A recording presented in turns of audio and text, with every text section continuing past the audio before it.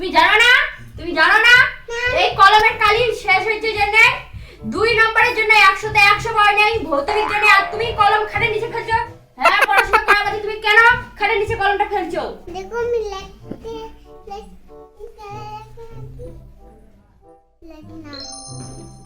বাবা লিখছি তো।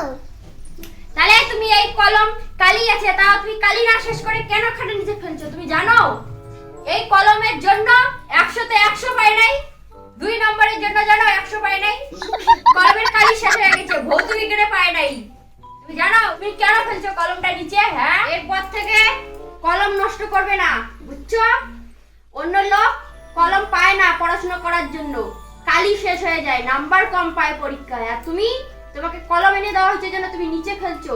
এবার থেকে কলমের যত্ন করবা, ভালো করে লেখা লিখবা কলম দিয়ে। কলম কোনো ফেলা চলবে না, হাতে এরকম করে লেখে কলমের কালি নষ্ট করবা না। কলমের কালি পরিষ্কার খাতায় সুন্দর করে লেখা লিখবা। আর কলমের কালি যতক্ষণ শেষ হবে না ততক্ষণ কলম কোথাও ফেলবা না। আর কলমটা ভালো করে রাখবা, বুঝছো? ঠিক আছে। যাও কলমটা ভালো করে তোমার বক্স যেটা নিয়ে আসছি তোমার জন্য হ্যাঁ। ওটার মধ্যে যত্ন করে রাখো। যাও, যত্ন করে রাখো।